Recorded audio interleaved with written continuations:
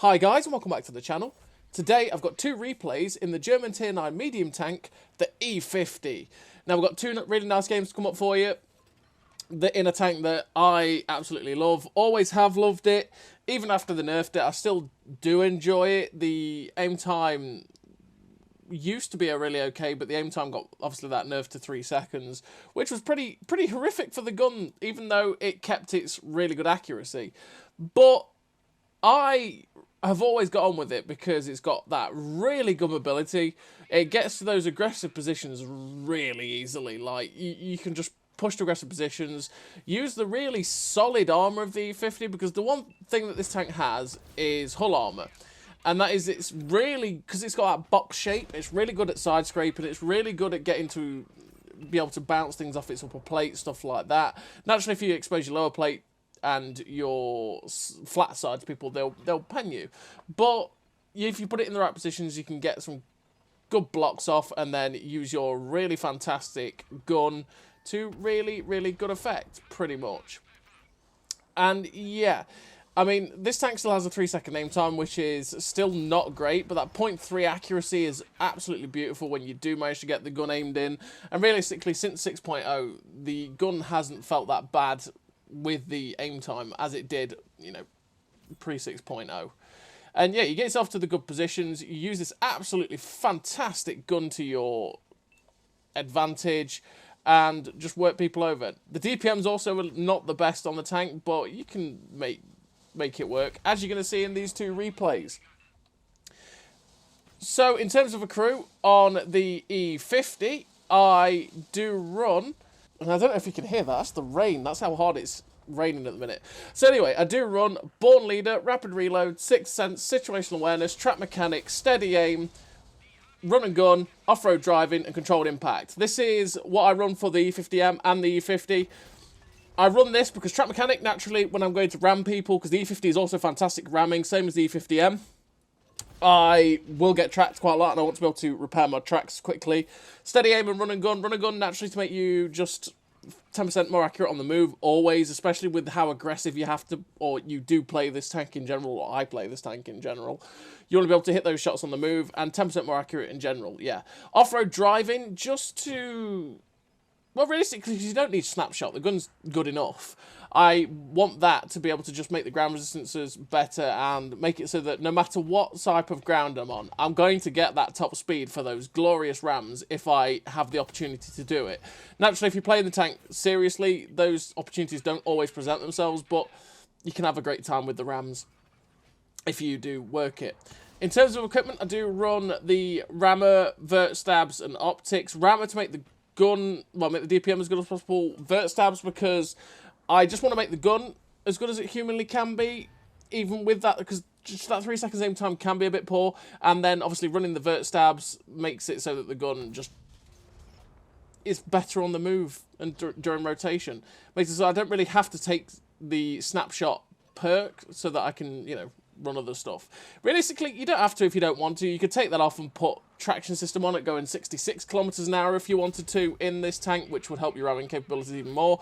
Or you could be an absolute meme and put on the spall liner to again reduce the amount of damage you're going to take from ramming, and you can get those glorious rams off and do some serious damage, because you can really do some serious damage in this tank with some rams.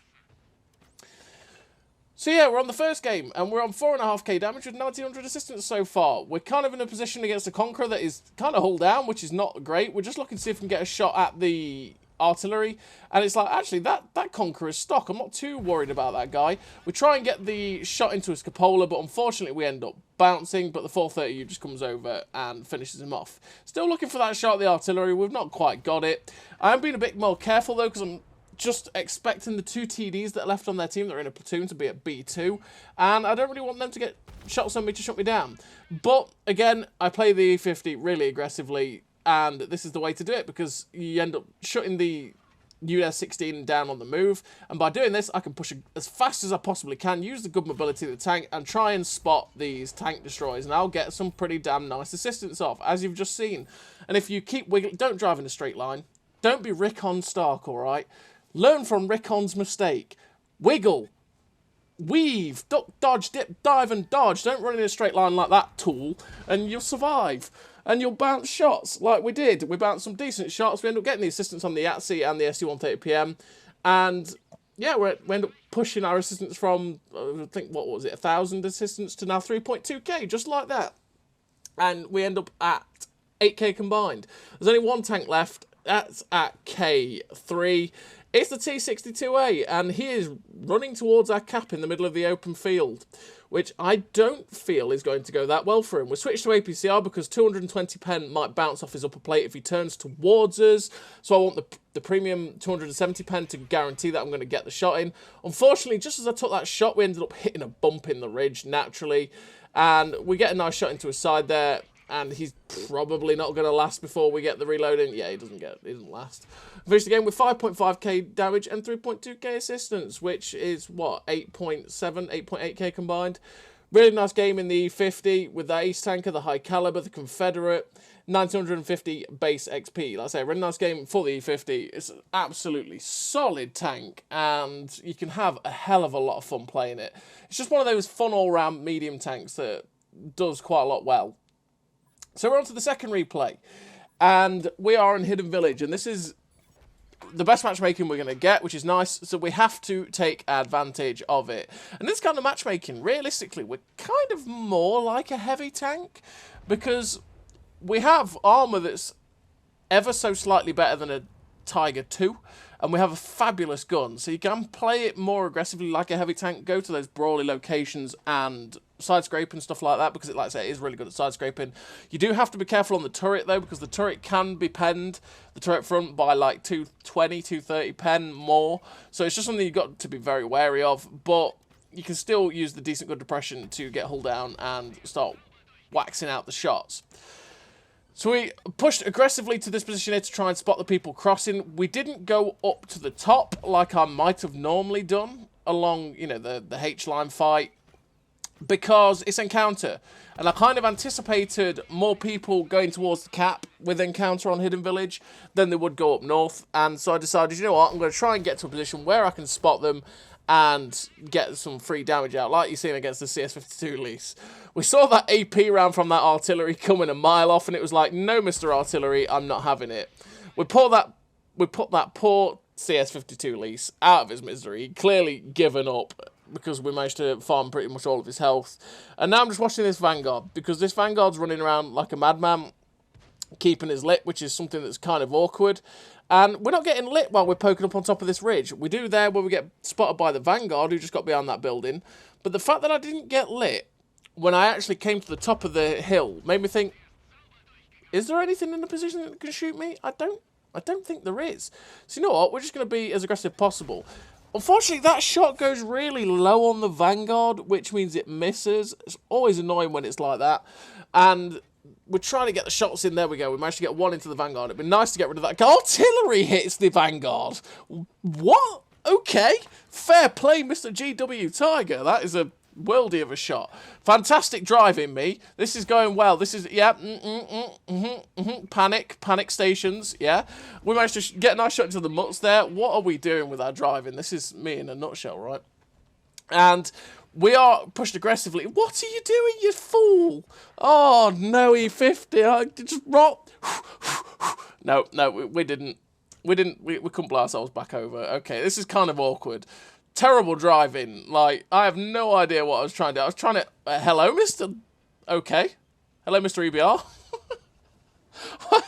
I don't know. I just don't know.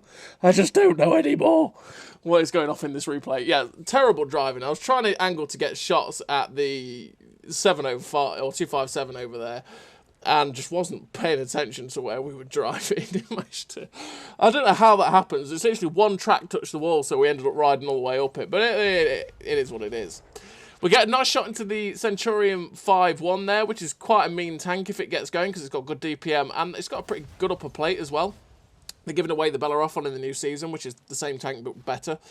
And he just hasn't bothered to pay attention to us, so we managed to get all of the shots into him and finish him off. We're going to turn around to see if we can get a shot at this 705 who's in the town, which we managed to get a shot off there. That's just that little bit of awareness to realise that my team was stuck on that heavy tank, so I wanted to try and get rid of him so they could come try and help me.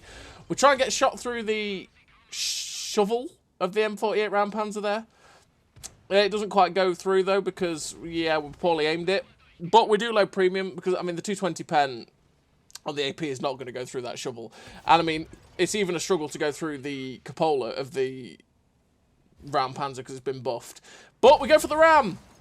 625 people. 625 to a pretty damn heavy medium tank.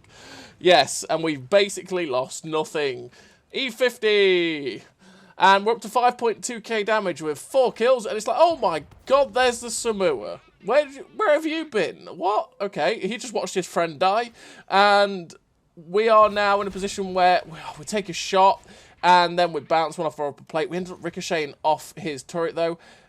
He's fired pretty much all of his shots, though, and we get to shut him down. So we get rid of the Samoa there.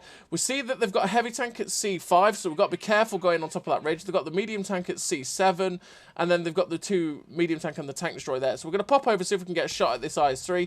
We end up only doing track damage because he's pretty damn well angled, and I can't quite see the shot into him. But there we go, we can now see it. And we're just trying to go for the top of the turret, which was never going to work after it's been buffed. Really, I should have loaded premium to be able to go through that IS-3's upper plate, but it is what it is. We're just going to try and move into a position to get a shot at this medium tank, but we can't quite see it. There's the Foch and the Freedom down there, we're just being careful of. And it's like, right, okay, I'm going to angle into a better position to get shots at this IS-3 to get rid of it, because it's stopping me from being able to shoot the other guys. So the IS-3's actually stopped paying attention to me, which is great. We aim for the back of the turret, and we shut down the IS-3. Now we've got to try and get some shots into this Cobra. I don't want the Cobra to live, because if he ends up catching some shots into us, he could absolutely delete us. We're on to 6 kills at the minute with the Top Gun. Then it's like, oh my god, that's the Lorraine. Well, okay, goodbye, Mr. Lorraine.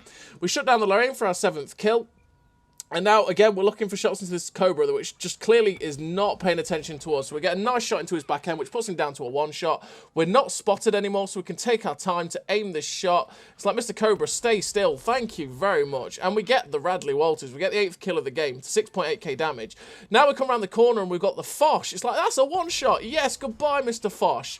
Now this Freedom is a 2-shot. Can we get the Pools medal? He's just sitting there, so it's like, okay, let's get the shot into his tracks. And I'm thinking, oh my god, am I going to get the shot in before those 52 lists?